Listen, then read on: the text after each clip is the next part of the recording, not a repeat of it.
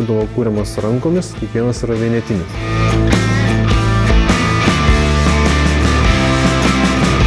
Penkių kilovatų, bet 88 km/h greitį gali išvystyti.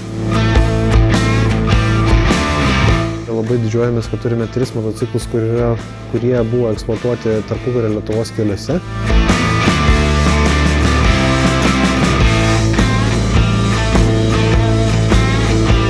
Noriu pasakyti, iki to laiko, kol Jaguaras nesivadino Jaguaro, jis buvo pagaminęs būtent konkrečiai šį modelį.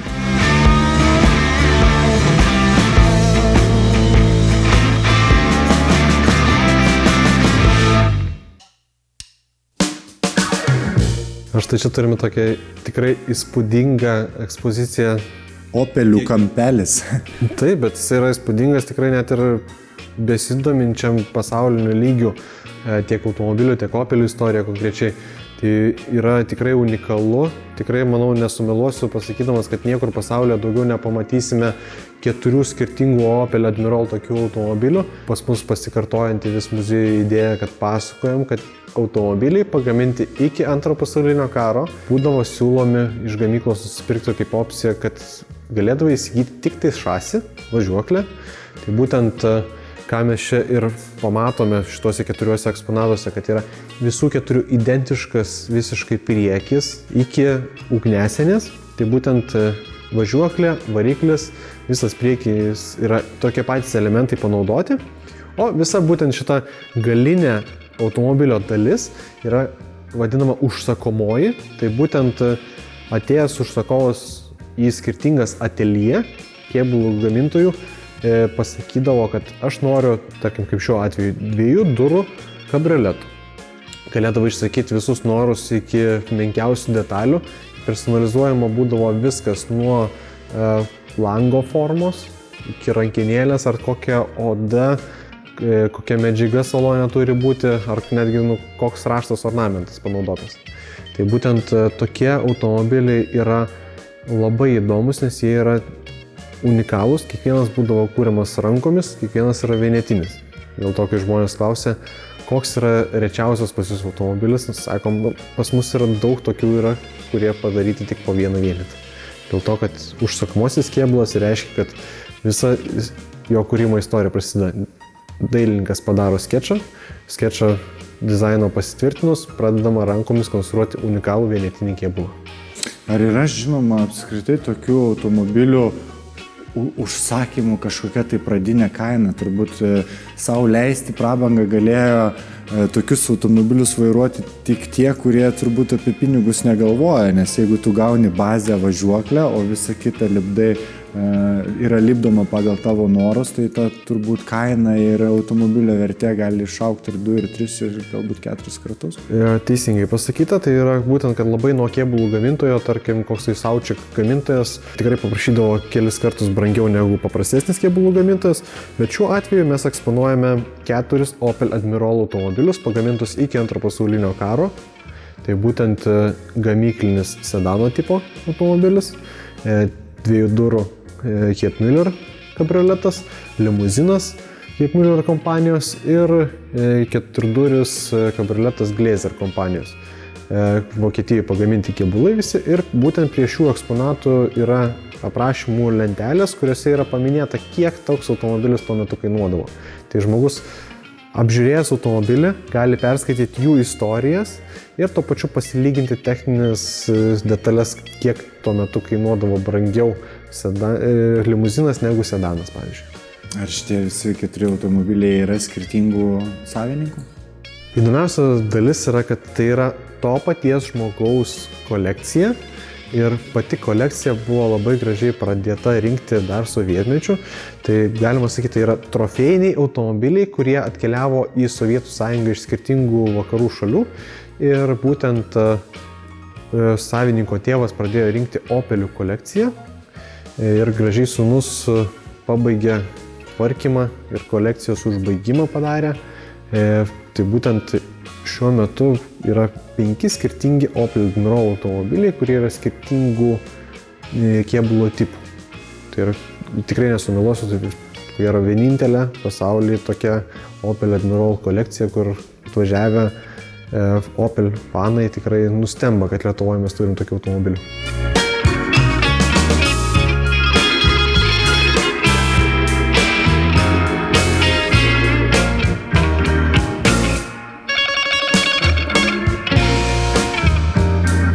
Povilai, matau gražų, keistą, retą, išskirtinį motociklą su lietuviškais Šiaulių numeriais, 1940 metai. Turbūt jis turi savo įdomią istoriją atsiradimo.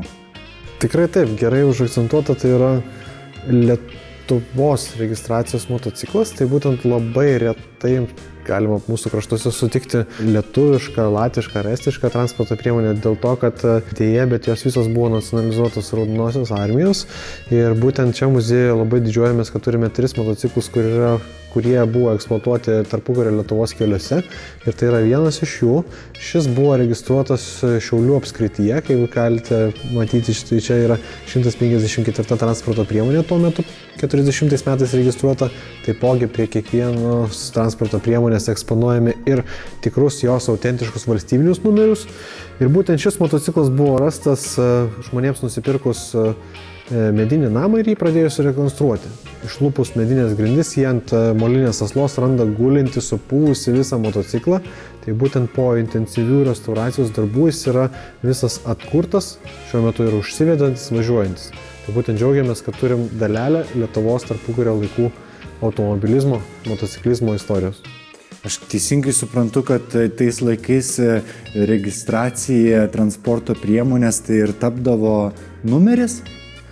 Tai turėdavo techninį pasą, o valstybinis numeris būdavo kas metus keičiamas. Jeigu čia pasižiūrėjus labiau įdėmiai į istorinių valstybinių numerį, tai būtent jisai turi mažą skylutę, prie kurios būdavo kniedijama mokesčių sumokėjimo tokią švininę plombą ir kas metus vis reikėdavo atsinaujinti tą registraciją. Įdomu. O pats motociklas, sakai, visas buvo tikrai prastos būklės. Kiek daug čia naujų detalių, kiek daug restauracijos darbų įvyko, kol... Labai paprastai galiu parodyti, kaip atrodė tikras kuro bakas. Tai galima taip pajuokauti, kad turėjo tam tikras ventiliacinės skylutes. Tai tokių ventiliacinių skylių buvo tikrai daug visose dalyse. Tai tiek priekinis purvasaugis, galinis purvasaugis yra naujai gamintas, kuro bakas, žinoma, kaip ir rodau. Taipogi netgi teko dalį variklio bloko naujai lieti, frezuoti, kitaip apdirbinėti, kad būtų važiuojantis eksponatas. Ir visas tas detalės jūs gaminate, ar tenka ieškoti analogiškų detalių, supirkti komponentus, kurie jau tinka būtent šito motociklo konfigūracijai? Dalį tų mazgų, kurios pavyksta įsigyti, kurie yra sunkiai arba per brangiai pagaminami, tuos įsigijame. Tai kaip pavyzdį galėčiau sakyti, tarkim, koks variklio cilindro vienas elementas būtų ganėtinai sunkiai pagaminamas. Jeigu pats stumoklis, švaistiklis ar kažkokia kita elemento dalis, tai tokios jau darytumėm dalis. Tai kiekvienas mazgas yra atskirai, reikia žiūrėti, ką galima padaryti, kas yra per sudėtinga. Ir tam tikrų atveju, jeigu neturi kažkokios originalios dalies, pagal ką reiktų daryti, tai irgi būtų neįmanoma atkurti motociklą ar automobilio. 5 kW, bet 88 km/h greitį gali išvystyti. Tai šiais laikais juokingai atrodo šitie parametrai. Tuo metu tai buvo tikra pažiba keliuose. Motociklas tikrai įspūdingas, o jo atsiradimo istorija dar įspūdingesnė.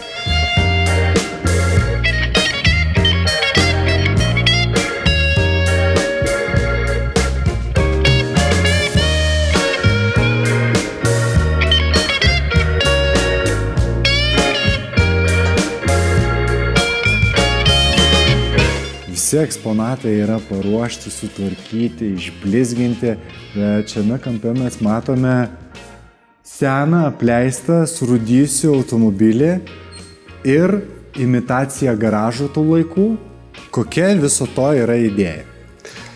Tai būtent norėjosi parodyti, kad ne visos transporto priemonės čia atkeliavusios savo gyvenimą muziejų startuoja kaip gražus blizgantis daiktai, o būtent nuo tokių šiek tiek daugiau laiko patinos turinčių eksponatų prasideda jų gyvenimas ir būtent muziejaus restauracinėse dirbtuvėse jie atgimsta antram gyvenimui. O būtent šis automobilis yra labai gražios tokios būklės, gražiai susenęs galima sakyti, ne kiekvienas yra taip gražiai pasenęs, nes atsiranda skylės negražiose vietose, labai išpūna išoriškai, tarkim, arba netgi iškrenta, tarkim, durelės, dėl to, kad medinė struktūra nebelaiko jų. Kadangi šis automobilis buvo labai gerose sąlygose keliasdešimt metų prastovėjęs, tai yra sausai ir šiltai ganėtinai stovėjęs, tai mes jį eksponuojam tokį, koks jis yra rastas.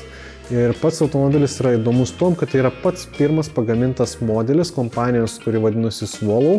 Modelis pavadintas Super Swallow SS1. Ir būtent dėl panašumo su SS divizija automobilių gamintojas sugalvoja pavadinimą pakeisti į Jaguar. Tai būtent kompanijos, kurią žinome kaip Jaguar, pats pirmasis pagamintas modelis. Noriu pasakyti, iki to laiko, kol Jaguaras nesivadino Jaguaro, jis buvo pagaminęs būtent konkrečiai šį modelį? Jis buvo pagaminęs kelis modelius, prieš tai pati Swallow kompanija užsiėmė kėbulų gamybą ir tai yra pirmas jų pagamintas automobilis jau nebe ant kažkieno kito važiuoklės, o jau patys sugebėjo pasidaryti visą. Noriu pasakyti, kad būtent tokius automobilius kartais tenka gauti, gal net ir dar blogesnės būklės ir juos restauruoti pilnai. Šitam automobiliui, jeigu jį reikėtų prikelti iš numirusių, tai reikėtų jį perdažyti, pakeisti interjero detalės, panaikinti rūdės. Ar jūs užsiemate tokiais dalykais? Labai viskas taip paprasta atrodo, kai Julius pasakoja, čia šiek tiek padažom, čia šiek tiek pasiūnam saloną ir tada kita medalio pusė prasideda. Jau čia išoriškai matosi, kad šiek tiek yra skilučių, tai visus šitos kariesus pamatytumėm dar detaliau automobilį išardę ir nuvalę kėbulo dalis iki pliko metalo. Tada atsiranda kėbulo metalinių dalių atstatymas, kėbulo medžio atstatymas ir kiekvienas procesas vyksta nuo smulkiausio varžtelio, tai būtent procesas prasideda nuo rėmo ir tada ant rėmo palengva vėl konstruoja automobilį, atnaujinant, atšviežinant, restauruojant kiekvieną menkiausią detalytę. Ir tai gali užtrukti labai ilgą laiką. Gali užtrukti, taip minimaliai sakyčiau, turbūt nuo 1,5–2 metų iki netgi 14, jeigu užtrunki ieškodamas kažkokių tai detalių ir dėl to restauracijos procesas padaro laikiną pauzę.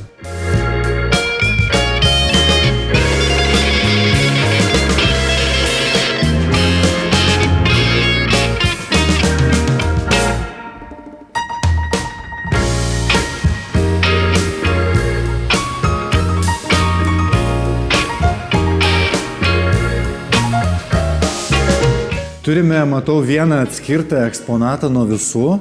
Man patinka, nes aš matau kelis paukščių simbolius, tai man yra aktualu. Bet gal galėtum ką nors papasakoti įdomaus apie šį automobilį, nes negirdėta, nematyta. Tai yra ispanų gamintoja Hispano Suiza automobilis. Ir būtent Hispano Suiza buvo įkurta Ispanijoje, verslininko Ispano ir inžinieriaus Šveicaro. Dėl to pati įmonės simbolika yra Ispanijos Šveicarijos vėliavos figūruoja. Ir būtent automobilių gamintojas orientavosi technologiškai pažangių automobilių kūrime. Tai būtent jiems sėkmingai tas sekėsi, sėkmingai dalyvavo lenktynėse, bet prasidėjus Pirmajam pasauliniam karui jiems tenka gaminti aviacinius variklius karo pramoniai, naikintuvams, bombonešiams ir būtent kadangi jų varikliai buvo ypatingai vertinami, juos labai mėgo geriausia Prancūzijos eskadrilė, tai būtent po karo Hispano Suiza gamintojas, norėdamas pagerbti Prancūzijos eskadrilę, pradeda naudoti eskadrilės simbolį garnį. Ir būtent šis modelis, pagamintas jau po Pirmo pasaulinio karo, naudojo labai įdomų variklį, tai buvo pusė aviacinio variklio, kur buvo panaudoti tie patys principai, kurie neleisdavo varikliui sugesti ore. tą patį perkelia ir į gamybą ir taipogi tai yra pats pirmasis seriniu būdu gamintas automobilis su stabdžių stiprintuvu. Tai yra dar ne hidrauliniai, o mechaniniai stabdžiai, bet jau turi tokį labai primityvų stabdžių stiprintuvą, kurio patentas buvo parduotas ir netgi Rolls-Royce kompanijai, kuri buvo kaip ir tiesioginis konkurentas Hispano Suizos, bet vis tiek įvertino, kiek tai yra padidinantis saugumą patentas ir tą patentą naudoja iki pat 60 metų. Kas važinėjo su tokiais automobiliais praeitie? Būtent pats gamintojas yra šiais laikais jau mažai kam girdėtas, nors iš tikrųjų jis yra iki šių laikų gyvuojantis ir netgi įdomu, kad priklausantis tai pačiai šeimai Ispanijoje. Ir būtent iki šių laikų specializuojasi ultra prabangių automobilių gamyboje. Tai reiškia, kad tuo metu važinėdavo su tokiais automobiliais irgi tik tais labai turtingi žmonės. Tai tie žmonės buvo tokie kaip Pablo Picasso, Albertas Einšteinas, Coco Chanel, aktorė Gabo ir krūvos skirtingų įvairių monarchų.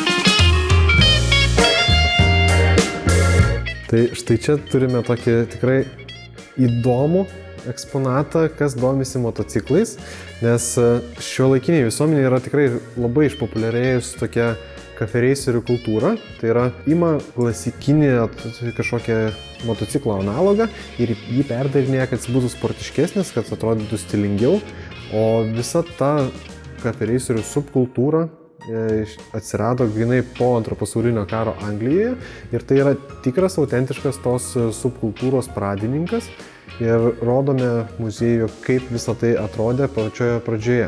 Tai iš esmės dažnas kafereis iš karto įsivaizduoja kaip sužemintų gerokai vairu, aptakia sportinė sėdynė, bet viskas prasidėjo šiek tiek paprasčiau.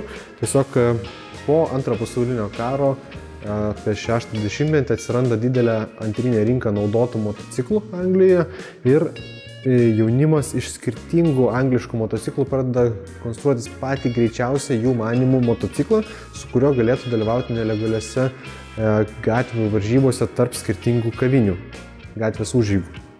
Ir būtent čia ir yra, kad motociklas yra sukomponuotas panaudojant Norton motociklo priekį, Velocete rėmą ir Ariel variklį. Dar kokie greičių dėžė, taip iki šio laikų ir neišsiaiškinom kokio motociklo, bet teko su juo važiuoti, tikrai įspūdingai važiuoja, turi labai daug savo žavesio ir charakterio. Žodžiu, šis motociklas buvo kurtas būtent lenktynėms.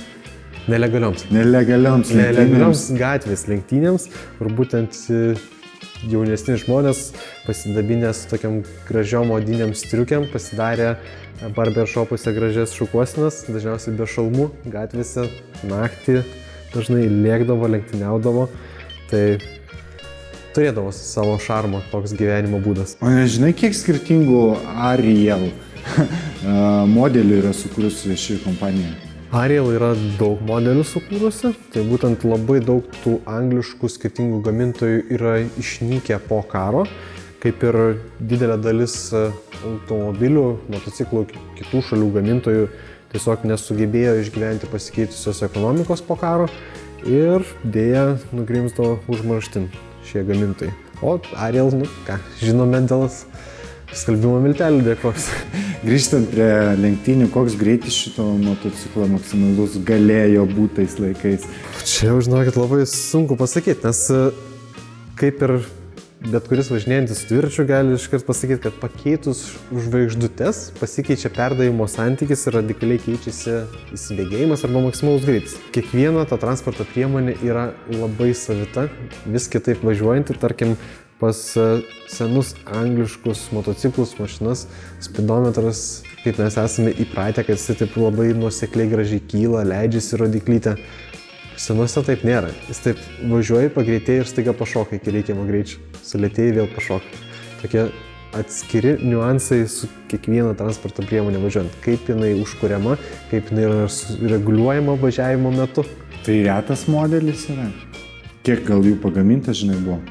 Tai yra vienintelis, nes kiekvienas žmogus pagal save susikonstruodavo tokį, kokį jisai norėdavo. Egzistuodavo tokie populiaresni, galima sakyti, junginiai, tai plačioje kultūroje žinomas, pavyzdžiui, toks Triton. Tai Triumfo ir Nortono miksas būdavo.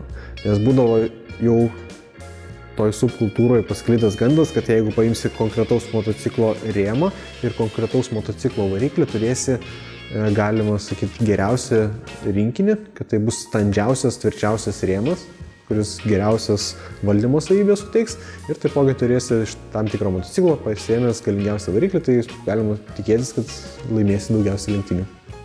Šitas motociklas kūrėsi, jisai gyvas, važiuoja? 90% šį čia stovinčios technikos yra užsivedantis važiuojantis, kaip tik ir šiuo metu viena transporto priemonė dalyvauja filmavime.